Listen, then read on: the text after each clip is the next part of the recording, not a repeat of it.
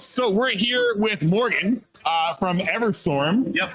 It was an indie game that Trevor and I actually got to try yesterday, and it was like it's still in alpha, but it's awesome. So can you tell us, first of all, like, we already introduced you, but give us like where the idea came from, how long you've been working on it. Tell us all about it. Info dump. Yeah.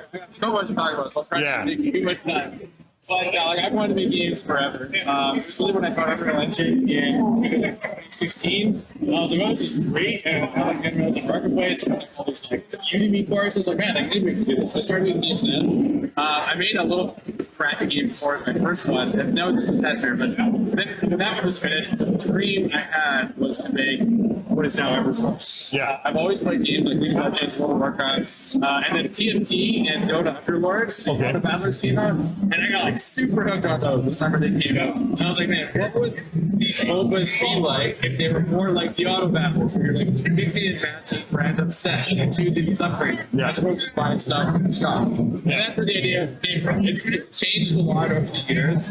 It's not really what we originally conceived it to be, but it's been evolving. And now it's called extraction roguelike, where players go in and they're racing to kill a final boss. You know, players in there, you would get out. There's randomized upgrades between mix and matching sets. You're coming up with all these crazy builds. If you live, you get your loot. If you kill somebody else, you get their loot. If you die, that's it. You're upgrading between matches, you're going back. If anyone's played League of Legends, mixed with Tarkov, mixed with like kind of like a Diablo perspective. Like there's so many kind of influences. But it looks so good. It played great. Like we were having a great time with it. And it adds a bit of like skill aspect with like aiming and that sort of thing too, right? There are skill shots. Only to the extent of other MOBAs, where it's like if they're moving, they're running, you're pointing some at, you're shooting. But we did opt for a combat style that's obviously more like League or Dota. You're actually hard clicking on a target. And it's auto attacks. We just think that works a little bit better for a PvP environment. Wait, was my mic off? Oh, no, you're good. Okay. You're good. I just think it works a little bit better in a PvP environment to be able to have that hard target, so you can heal your ally, you can interrupt a spell, as opposed to, say, Path of Exile or Diablo, where it's like strictly just skill shots. And you like be holding down your attack, and if they run out of your attack, it's pretty hard to hit them. But awesome. And so it's still in development right now. It's still alpha. Okay. I know we scanned a code to get into the closed alpha, so I'm excited to get into that.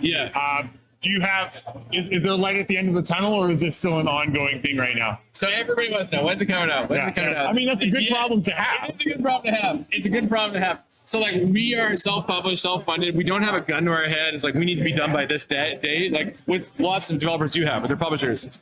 The answer is like when I'm addicted to it, when our players are addicted to it, when our developers are addicted, we don't really want to play anything else. That's when it's ready. I think we're getting closer and closer. We're really happy with where the core loop is today, but we are taking our time to make sure it's good. So we're not promising any date, but we hope between the next 6 to 12 months on early access. Well, I mean, we appreciate that. We appreciate indie developers that actually put time and care and thought and love into a game rather than just chuck it out broken. And I think there's a fine line between like a good game and a bad game. Like just a couple of weird bugs can make the whole experience feel just like poof. And then like these tiny little polishing things that I never really fully appreciate until we got into it. Things like hovering your cursor over the enemy, and the enemy highlights red, so you know if you click, that's the one you're hitting. We didn't have that before, but it made things just feel dead. And just adding these little things on make a huge difference, and just getting better and better. Quality of life stuff.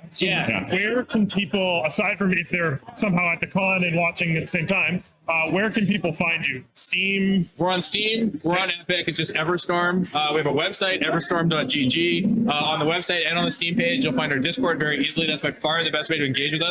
We don't have a super big social media presence yet. We're working on it. Our Discord has like 2,000 people in it. But like our Reddit page, honestly, like kind of dead. Our Facebook page, Twitter page, not that big. I don't think people use Facebook and Twitter. I know. Instagram, TikTok, Twitch, they're not that big to be honest. But Discord's the best way to engage with us. Awesome. Great. Morgan, thanks so much for coming to tell us about your game. I know Trevor and I are both looking forward to it. Cool. So we wish you luck with the rest of your development, and we look forward to the release. Thanks for having me here in chat. I really appreciate the opportunity. Thanks for coming. Pleasure to meet you guys.